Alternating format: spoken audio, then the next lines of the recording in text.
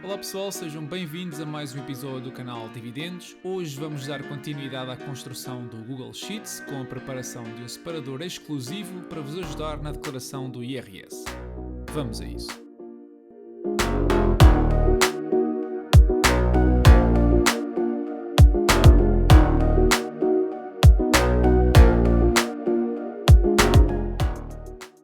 Estamos a chegar àquela altura do ano em que é necessário declarar os rendimentos à autoridade tributária. Como tal, quanto mais organizada estiver a informação, menos tempo perderemos com essa tarefa. Se ainda tens dúvidas sobre como preencher a declaração do IRS, podes assistir ao episódio 20, onde explico passo a passo a declaração dos diferentes tipos de rendimentos e as suas origens. Ou se chegaste agora e não sabes como foi construída a folha, podes sempre ver a playlist que vai aparecer no canto superior direito. Agora é hora de construir um separador que durante o ano vai acumulando a informação e depois é só copiar os valores do resultado final e colocar no IRS. Deves começar por definir a estrutura das tabelas que vais necessitar. De seguida, preenchemos então duas colunas com todas as corretoras que utilizamos e os países originários dos dividendos ou das mais-valias. Podes desde já associar a informação à coluna corretora e país e vamos colocar já o ano também. Neste exemplo vou usar duas corretoras, a Trading 212 e a Revolut. Continuemos a construir então as restantes tabelas. Comece pela custódia e aqui podemos criar as subcolunas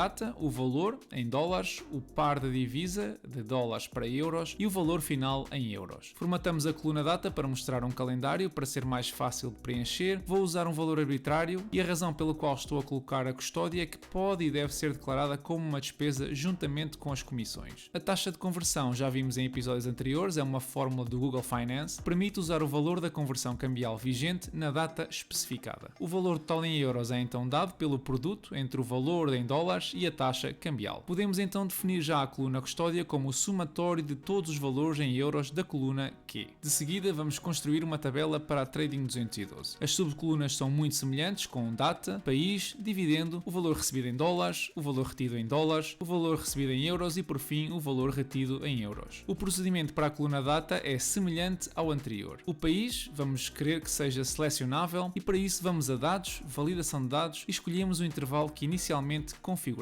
Agora, tudo depende do país que selecionarmos e vou dar um exemplo para 3 países com moedas distintas. Comecemos por um dividendo proveniente dos Estados Unidos. A coluna dividendo representa o valor total anunciado pela empresa. Vou usar o exemplo da AT&T, que é de 0,52 cêntimos por ação. Como o pagamento diz respeito a 2 ações, multiplicamos por 2. O valor recebido é o valor que a tua corretora efetivamente te pagou. Neste exemplo, a Trading 212 pagou 44 cêntimos por ação e por isso multiplicamos também esse valor pelo número de ações. O valor retido é então igual à diferença que vimos entre ambos. O valor recebido em euros é discriminado pela corretora. O valor retido em euros é calculado usando a fórmula que vimos anteriormente do Google Finance para a transformação cambial da data da célula R4 e aplicado ao montante retido em dólares. Continuemos com um país diferente, por exemplo, Espanha. O valor recebido será indicado em euros diretamente e podemos já fazer a tradução para dólares do mesmo. O valor do dividendo bruto, digamos que é de 60 cêntimos, multiplicamos pelo valor do câmbio nesse dia e obtemos 67 cêntimos. O valor retido em dólares é a diferença entre ambos. O valor em euros podemos usar um cálculo direto ou simplesmente usar a função de conversão. O próximo país será então o Canadá. Imaginamos que uma empresa nos pagou um dividendo bruto de 4 Canadian Dollars. Temos de o converter a dólares que totalizam 3 dólares e 2 cêntimos. Desse recebemos 2 dólares e meio indicado pela corretora. Já podemos calcular o valor retido em dólares e transformar o mesmo em euros. O valor recebido é dado pela corretora, mas, para efeitos de demonstração, também o podemos calcular. Por último, adiciono uma nova linha dos Estados Unidos para as próximas funcionalidades. Vou então criar uma tabela na Revolut e preencher os valores rapidamente, sabendo que a Revolut indica sempre os valores em dólares recebidos e retidos.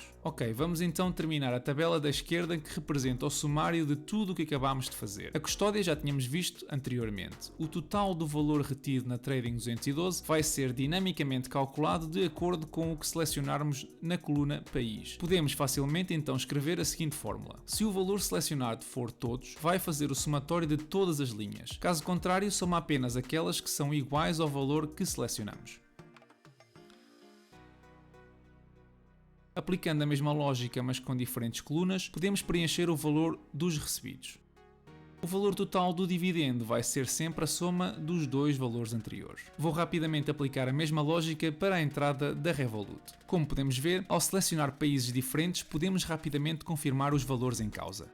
Falta então calcular as mais-valias e comissões. Como é necessário usar a metodologia FIFO, podemos comparar no separador compras os valores necessários. Basta primeiro identificar as operações de venda e apontar os sticker symbols envolvidos. Depois selecionamos todas as operações, mas desta vez filtramos pelo ticker que obtivemos anteriormente. No meu exemplo fictício, vendi uma ação da Apple por $130 no dia 30 de dezembro. É então necessário calcular o valor da mais-valia da seguinte forma: o valor da venda multiplicada pela taxa de câmbio mais o valor da compra multiplicada também pela taxa de câmbio. Ao resultado, falta inverter o sinal multiplicando por -1. Obtemos então uma valia de 3,64€. Colocando essa fórmula no separador do IRS, ficaria então desta forma. Podemos e devemos ainda contabilizar as comissões envolvidas nestas transições da mesma forma: o valor da comissão de compra multiplicada pela taxa de conversão mais o valor da comissão da venda multiplicada pela sua taxa de conversão. O resultado é então 81 cêntimos em comissões. E voilá, temos o separador completo. Agora, no momento de declarar, como vão ter de o fazer por país, podem simplesmente selecionar o país em causa e usar o total para preencher a declaração. É importante salientar que as comissões, a custódia e as mais-valias não estão flexíveis pelo país porque, como expliquei, é um procedimento manual. Olhemos agora para a evolução semanal do portfólio.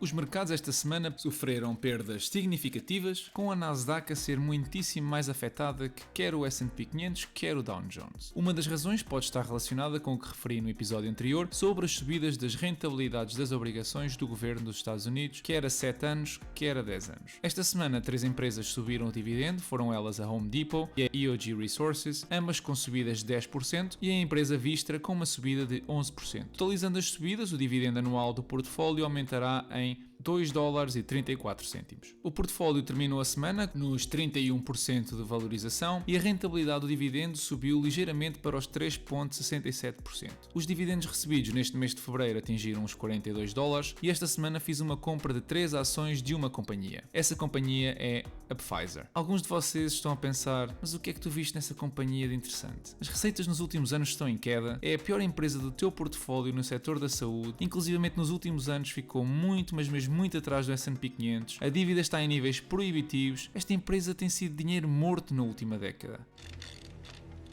Are you crazy? Bem, na realidade, além de tudo isso, é necessário também ter em conta que a companhia neste último ano terminou o spin-off da Upjohn, que resultou na Viatris, e isto teve obviamente um impacto na receita. A companhia produziu a segunda vacina mais eficaz no combate ao vírus que provocou a pandemia e estima um retorno este ano na ordem dos 15 mil milhões associados a essa mesma vacina. Estimou um benefício por ação entre os $3,10 e $3,20 para este 2021, que, tendo em conta um rácio histórico conservador de 15 para o preço-benefício, coloca o valor da ação na casa dos $46. Se estimarmos apenas benefícios por ação sem a influência da vacina, obtemos um valor de $37,50 como preço para este mesmo ano. Olhando para os valores da estimativa dos analistas para esses mesmos benefícios no ano de 2023, obtemos um preço-alvo perto dos $43. Se formos ainda mais longe e estimar o valor dos fluxos de caixa da companhia há 5 anos, obtemos um valor justo entre os $43 e os $51. Com todas estas perspectivas e tendo em conta que o preço da ação ronda aos $34, vemos que não apresenta um potencial de valorização fantástico, mas o risco de investimento também ele é muito reduzido. Além disso, a companhia apresenta uma diversificação de receitas a nível internacional, estando assim exposta a várias divisas, mitigando o impacto